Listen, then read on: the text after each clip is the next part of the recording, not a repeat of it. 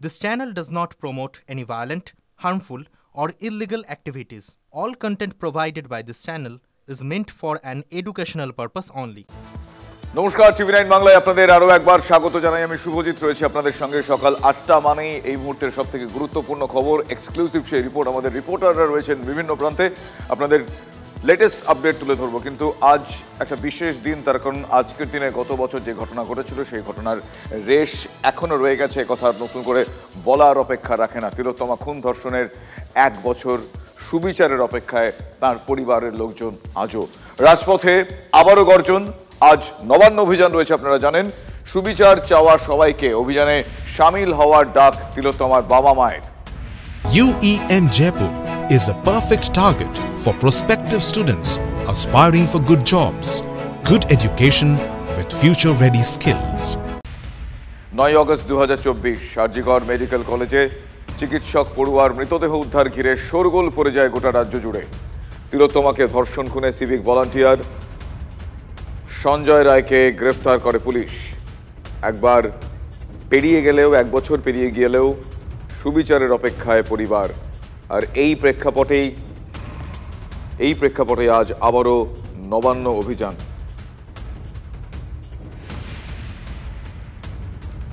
সর্বদল, সবাই, সাধারণ মানুষ সবাইকে আমরা এই অভিযানে ডেকেছি। আশা করছি সবাই যোগদান করবে এবং যাদের হৃদয় আছে এবং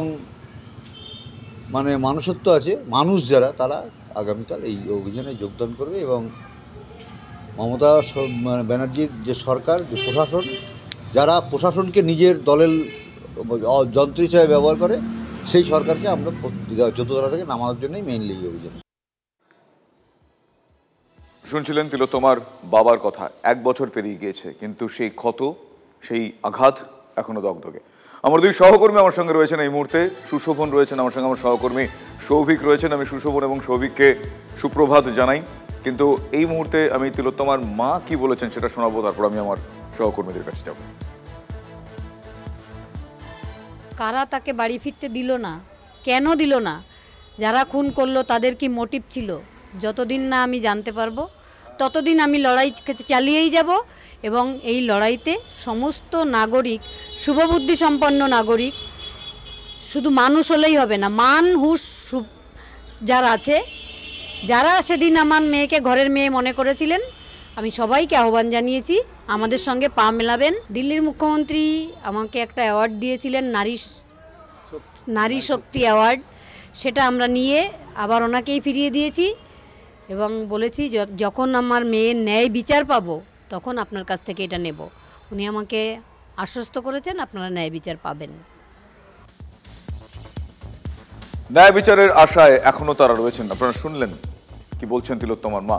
আমার দুই সহকর্মী আমার সঙ্গে রয়েছেন, আমার সঙ্গে সৌভিক এবং সুশোভন রয়েছেন। রেড রোড এলাকা থেকে আমার সঙ্গে আমার সহকর্মী সৌভিক রয়েছেন। সৌভিক, আজকে আমরা জানি নবান্ন অভিযান এবং বর্ষপূর্তি আমি বলবো না, তার কারণ বলতে বাধছে, তার কারণ এই ঘটনার কোনো বর্ষপূর্তি তো হয় না, কিন্তু তবুও স্মৃতি, আমাদের তিলোত্তমাকে মনে রেখে দেওয়া, এই ঘটনাকে মনে রেখে দেওয়া একটা কর্তব্য বলে আমরা প্রত্যেকে মনে করি। আমরা সেই দিন থেকে, প্রথম দিন থেকে আমরা রয়েছি, টিভি9 বাংলা রয়েছে, দর্শকরা জানেন, দর্শকরা আমাদের সঙ্গে রয়েছেন। এই মুহূর্তে রেড রোডের ছবিটা কি যদি একটু প্লিজ বলো। দেখো, গত বছর ঠিক আজকের দিনেই কিন্তু তিলোত্তমা ধর্ষণ এবং হত্যাকাণ্ড হয়েছিল এবং তারপরে প্রায় ১ বছর পেরিয়ে গেছে এবং আজ তিলোত্তমার বাবা মার আহ্বানে কিন্তু সাধারণ মানুষ যারা সেই দিনকে রাস্তায় নেমেছিল অপরাধীর শাস্তির দাবিতে, তারা কিন্তু আজকেও আবার রাস্তায় নামবে এবং সেই নবান্ন অভিযান আটকাবার জন্যই কিন্তু আমি একবার আমার চিত্র সাংবাদিককে দেখাতে বলবো। রেড রোডের সামনে কিন্তু পুরোপুরিভাবে যে কন্টেনার দেওয়া হয়েছে, কন্টেনার দিয়ে ঘিরে দেওয়া হচ্ছে এবং তুমি দেখতে পাচ্ছ একদম বাদিকে যেখানে পুলিশ কর্মীরা কিন্তু এই মুহূর্তে যে ব্যারিকেড বাঁধার কাজ করছে, অর্থাৎ কোনোরকমভাবে যারা আন্দোলনকারী তাদেরকে কিন্তু প্রবেশ করতে দেওয়া হবে না। এবং শুধু রেড রোড নয়, রেড রোড থেকে ডরিনা ক্রসিং, সেখানে পুলিশ মোতায়েন রয়েছে। ফটিরামের সামনে একেবারে রাস্তা ড্রিল করে লোহার ব্যারিকেড ঢুকিয়ে সেখানে আটকানো হয়েছে। পাশাপাশি যে রানী রাসমণির মূর্তির সামনের যে রাস্তা, সেখানেও কিন্তু প্রচুর ব্যারিকেড নিয়ে আসা হয়েছে। অর্থাৎ যারা আন্দোলনকারী, যারা এই তিলোত্তমার জন্য আজকে রাস্তায় নামবে, তিলোত্তমার বাবা মার আহ্বানে যারা রাস্তায় নামবে, তাদেরকে আটকাবার একটা প্রচেষ্টা সকাল থেকেই কিন্তু সমস্ত জায়গায়, কলকাতার যেগুলো ইম্পর্টেন্ট পয়েন্ট সেইগুলো কিন্তু পুরোপুরিভাবে আটকে দেওয়া হচ্ছে। এবং যে লোহার কন্টেনার, সেই লোহার কন্টেনার কিন্তু আমরা আগেও দেখেছিলাম বেশ কিছু আন্দোলনে কলকাতা পুলিশ ব্যবহার করেছিল। এই লোহার কন্টেনার দিয়েই কিন্তু আন্দোলনকারী যারা তাদের রাস্তা আটকানো হতো, এবং ঠিক এই রকমই কিন্তু আজকেও সেই লোহার কন্টেনার নিয়ে আসা হয়েছে। একেবারে রেড রোড থেকে যে রাস্তাটা নবান্নর দিকে যাচ্ছে সেই রাস্তার উপর কিন্তু এই লোহার কন্টেনার বসানো হয়েছে, এবং শুধুমাত্র যে রেড রোড এমনটা নয়, এই কন্টেনারগুলো কিন্তু মজুত করা হয়েছে একেবারে পেট্রোলিয়ামের পাশে। সেখান থেকেই যেখানে যেখানে প্রয়োজন সেখানে কিন্তু একেবারে ক্রেন করে সেই কন্টেনারগুলোকে নিয়ে যাওয়া হচ্ছে, এবং সেই জায়গায় যাতে আন্দোলনকারী যারা যাতে নবান্নের দিকে না যেতে পারে তার জন্য নবান্নের দিকে, নবান্নের উদ্দেশ্যে যাতে আন্দোলনকারীরা এগিয়ে না যেতে পারে তার জন্য চারিদিকে ব্যারিকেড। এই মুহূর্তে হাওড়া ময়দান, আপনারা জানেন অত্যন্ত গুরুত্বপূর্ণ সেই অবস্থান। হাওড়া ময়দানে আমার সহকর্মী সুব্রত রয়েছেন, আমি সুব্রতর কাছে যাব। সুব্রত, হাওড়া ময়দান থেকে নবান্নের দিকে যাওয়ার যে রাস্তাগুলো, সে রাস্তাগুলো আমরা জানি, সেখানে আজ সকাল থেকে ঠিক কি ছবি নজরে আসছে? দেখো শুভজিৎ, আরও একটা নবান্ন অভিযান এবং আরও একটা ব্যারিকেডে মোড়া বা দুর্ভেদ্য দুর্গ বলা যেতে পারে হাওড়া সিটি পুলিশের বা রাজ্য পুলিশের পক্ষ থেকে কিন্তু করা হয়েছে। এই মুহূর্তে হাওড়া ময়দানে তুমি দেখতেই পাচ্ছ বিশাল ব্যারিকেড, প্রায় 2 মানুষ সমান বড় লোহার খাঁচাগুলোকে রাস্তার মধ্যে বসানো হচ্ছে এবং সেখানে নাট বোল্টগুলো টাইট দেওয়া হচ্ছে। মানুষের কিন্তু অসুবিধা হচ্ছে, মানুষ সকাল থেকে নানান প্রশ্ন করছেন যে কত আর আটকানো যাবে, আমরা কি কাজকর্মে যাব না। তুমি দেখতে পাচ্ছ সেই জন্য ছোট একটা গেট খুলে দেওয়া হয়েছে যেখানে মানুষজন যাতায়াত করছে। পাশাপাশি তোমাকে বলে রাখবো, এই যে নবান্ন অভিযানকে কেন্দ্র করে হাওড়া শহর একেবারে দুর্ভেদ্য দুর্গের মতো করে দেওয়া হয়েছে। একদিকে যেমন নবান্নের কাছে বেতাইতলা এবং মন্দিরতলাতে খিদিরপুর থেকে বড় বড় কন্টেনারগুলো আনা হয়েছে, যেটা সৌভিক বলছিল কলকাতাতে যে দৃশ্য, হাওড়াতেও কিন্তু সেই দৃশ্য দেখা যাবে আর একটু পর থেকেই, কারণ বড় বড় কন্টেনারগুলো যেগুলো আনা হয়েছে সেগুলো বড় বড় ট্রেলারের ওপর এই মুহূর্তে রাস্তার ধারে দাঁড় করিয়ে রাখা হয়েছে, কারণ বেলা বাড়ার সঙ্গে সঙ্গে পুলিশ কিন্তু এইসব কন্টেনারগুলোকে নানান জায়গায় তারা প্লেস করবে। এবার পাশাপাশি তোমার বলে রাখবো, যে সমস্ত রাস্তা নবান্ন কেন্দ্রিক যে রাস্তা, সেই সমস্ত রাস্তাতেই কিন্তু বড় বড় ব্যারিকেড ইতিমধ্যেই বসছে। হাওড়ার বেলেপোল, সাঁতরাগাছি, হাওড়া ময়দান, পাশাপাশি তোমার বলে রাখবো ফরসর রোড, শিবপুর বেতাইতলা, কাজীপাড়া প্রভৃতি রাস্তা কিন্তু বড় বড় ব্যারিকেডে একেবারে মুড়ে ফেলা হয়েছে। পদস্থ পুলিশ আধিকারিকরা তারা এই মুহূর্তে হাওড়া ময়দান এলাকায় রয়েছে, তারা বিভিন্ন জায়গায় ঘুরে বেড়াচ্ছেন। এবং তোমাকে দেখাবো আরেকবার ছবিটা, জল কামান বা ওয়াটার ক্যানন সেগুলো এনে রাখা হয়েছে। এবং গতকাল হাওড়া সিটি পুলিশের পক্ষ থেকে সরস সদনে একটি বৈঠক করা হয়েছিল, যেখানে পদস্থ রাজ্য পুলিশের পদস্থ আধিকারিকরা সহ হাওড়া পুলিশের পদস্থ আধিকারিকরা এবং অন্যান্য জেলা থেকে আগত প্রায় 1,500 পুলিশ কর্মী তারা কিন্তু এই নবান্ন অভিযানকে প্রতিহত করতে তারা আজকে ময়দানে নামবে। পাশাপাশি নবান্ন অভিযানকে কেন্দ্র করে সকাল থেকেই মানুষের দুর্ভোগ, চারিদিকে যেমন ব্যারিকেড দিয়ে দেওয়া হয়েছে, মানুষ কিন্তু তাদের গন্তব্যে পৌঁছাতে যথেষ্ট বেগ পেতে হচ্ছে। তুমি দেখতেই পাচ্ছ এই মুহূর্তে শিবপুরের যে জিটি রোড, অর্থাৎ এই হাওড়া ময়দান থেকে কাজীপাড়ার দিকে যাওয়ার যে রাস্তা, সে রাস্তা কার্যত অঘোষিত বন্ধের চেহারা নিয়েছে।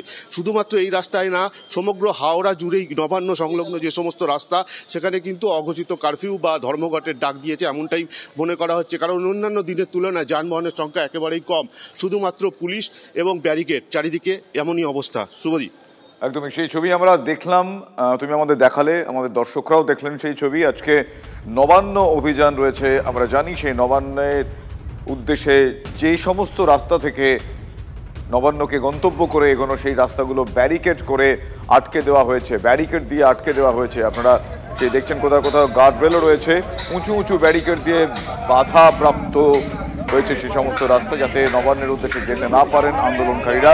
সেই মতো ব্যবস্থা গতকাল থেকেই সেই প্রস্তুতি আমরা দেখেছিলাম, আজকেও দেখছি সেই ছবি।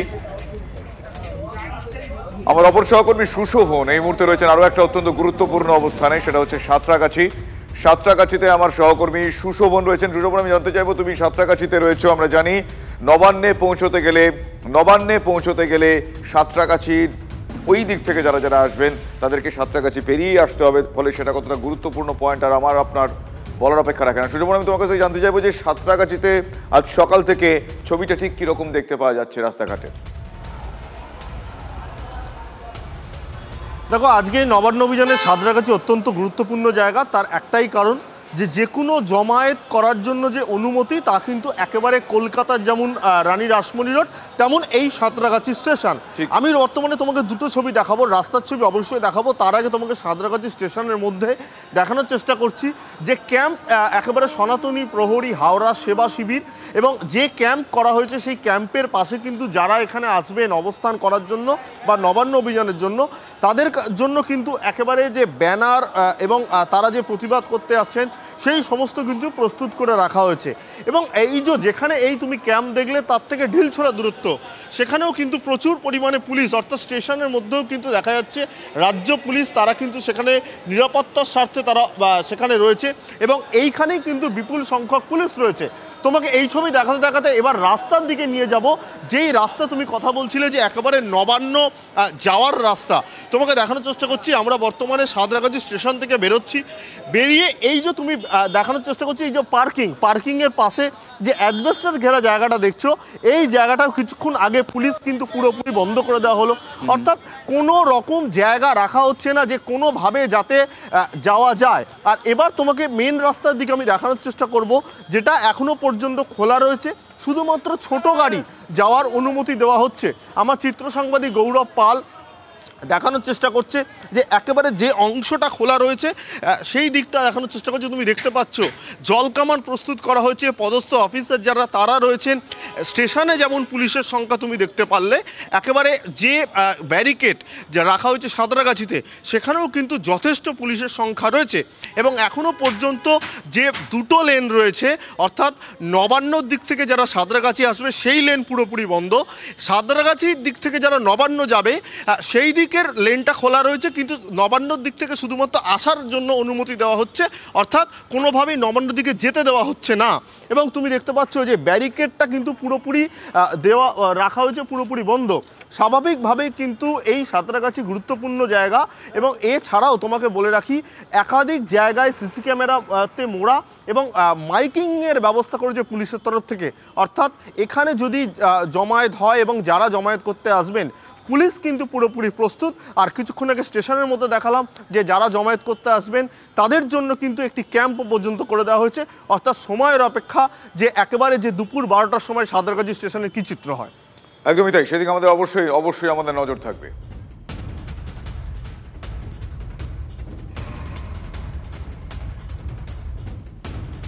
Nobody has applied বা even taken any kind of permission from আমাদের হাওড়া পুলিশ কমিশনারেট থেকে, কিন্তু কোনো ইভেন অ্যাপ্লিকেশনে যে প্রোগ্রাম অফিসিয়ালি কী আছে, কিভাবে হবে, কোথায় হবে, কোনো রকম কোনো ইন্ডিভিজুয়াল বা কোনো অর্গানাইজেশনের তরফ থেকে কিন্তু কোনো রকম আবেদনপত্র অ্যাবাউট দিস প্রোগ্রাম আমরা লিখিত ফর্মে আমাদের কাছে কিন্তু এসে পৌঁছায়নি। সেটা হাওড়া কমিশনারেট হোক বা নবান্ন বা ভবানীবনে যে কোনো পুলিশ আধিকারিকের কাছে আসেনি। পুরো পুলিশ অ্যারেঞ্জমেন্টস থাকবে, তাতে কোনো রকম সন্দেহের অবকাশ নেই।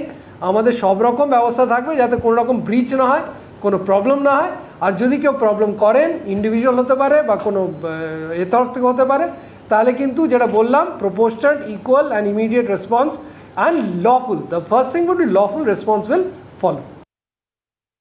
খুব স্পষ্টভাবে উচ্চ আদালত তাদের পর্যবেক্ষণে বলেছেন যে কোনো রকম সরকারি সম্পত্তি নষ্ট করা বা হিংসাত্মক কার্যক্রমের আশ্রয় নেওয়া এটা বেআইনি এবং এটা নাগরিক অধিকারের কর্তব্যের মধ্যে পড়ে না। হাইকোর্ট আরেকটি গুরুত্বপূর্ণ বিষয় উল্লেখ করেছেন, তারা বলেছেন প্রশাসন উপযুক্ত বিকল্প জায়গা এই প্রতিবাদ কর্মসূচির জন্য চিহ্নিত করে সংগঠকদের জানাতে পারে। সাঁতরাগাছি বাস স্ট্যান্ডে এবং কলকাতার রানী রাসমণি এভিনিউয়ে আইন মেনে গণতান্ত্রিক শান্তিপূর্ণভাবে কোনো রকম পুলিশ সরকারি কর্মী তাদের কোনো ক্ষতি না করে, কোনো রকম সরকারি সম্পত্তি নষ্ট না করে প্রতিবাদ কর্মসূচি করা যাবে। কিন্তু যদি আইন অগ্রাহ্য করে আদালতের নির্দেশ না মেনে যদি কোনো রকম হিংসাত্মক প্রতিবাদ কর্মসূচির চেষ্টা করা হয়, তাহলে পুলিশ প্রয়োজনীয় আইনি ব্যবস্থা নেবে। Let there be no doubts about that. আপনারা শুনছিলেন যে পুলিশের তরফ থেকে যে সাংবাদিক সম্মেলন করা হয়েছিল গতকাল, তারা কিন্তু স্পষ্টতই জায়গা উল্লেখ করে দিয়েছেন এবং স্পষ্টতই তারা জানিয়েছেন যে আইন অমান্য করলে সেই মতো ব্যবস্থা হবে। বিজেপির তরফ থেকে কি প্রতিক্রিয়া, তৃণমূলই বা কি বলছে, আপনাদের শোনাই ব্যাক টু ব্যাক। আজকে এটা জন আন্দোলনের রূপ নিতে পারে, তারাও বুঝতে পারছেন না কোনো একটি দল বা কোনো পার্টির ডাকলে তার নেতাদেরকে আটকানো যায়, বোঝা যায় কি হতে পারে তার স্ট্রেংথ। সাধারণ মানুষের মনের মধ্যে যে ক্ষোভ রয়েছে সেটা যদি রাস্তায় আছড়ে পড়ে তো এর পরিণাম কি হতে পারে, কত লোক হতে পারে, কোথা থেকে লোকেরা বেরোবে সরকার আন্দাজ করতে পারছে না, তাই বেশি ভয়ের মধ্যে, চাপের মধ্যে আছে। আমরা প্রথম থেকেই বাবার মা প্রতি আমাদের সমবেদনা থেকেছে এবং তাদেরকে কোনো দিন আমরা অন্যভাবে সম্বোধন করিনি। আমরা বুঝি একটি সন্তান হারিয়েছে, মেয়ে হারিয়েছেন, তারা দুঃখিত এবং তাদের সঙ্গে প্রতিনিয়ত আমাদের সমবেদনা থাকছে এবং যার জন্য পুলিশের সেই সময় অ্যাকশন এটা হওয়া উচিত নয়, এটাকে কন্ডেম করেছি। যেটাকে আমরা কন্ডেম তার সঙ্গে যুক্ত করতে চাইছি যে ওই রকম কর্মকাণ্ডের সঙ্গে যারা রাজনৈতিকভাবে ফায়দা তুলে রাজনৈতিক আন্দোলন কিংবা ইত্যাদি করার চেষ্টা করেছে সেটা হওয়া উচিত। তিলোত্তমা মঞ্চের ডাকে আজ কালীঘাটও চলয় অনুমতি দিল না হাইকোর্ট। পুলিশ যেহেতু অনুমতি দেয়নি তাই এই মুহূর্তে আদালত হস্তক্ষেপ করবে না, এমনটা জানিয়েছেন বিচারপতি তীর্থঙ্কর ঘোষ। শ্যামাপ্রসাদ মুখোপাধ্যায় রোড এবং হাজরা রোড ব্যবসায়ী সমিতির তরফে কালীঘাট চলো অভিযানের বিরোধিতায় মামলা দায়ের করা হয়, আর সেই মামলায় হাইকোর্ট সাফ জানিয়ে দিল যে কেউ আইন অমান্য করলে প্রয়োজনীয় পদক্ষেপ করবে পুলিশ।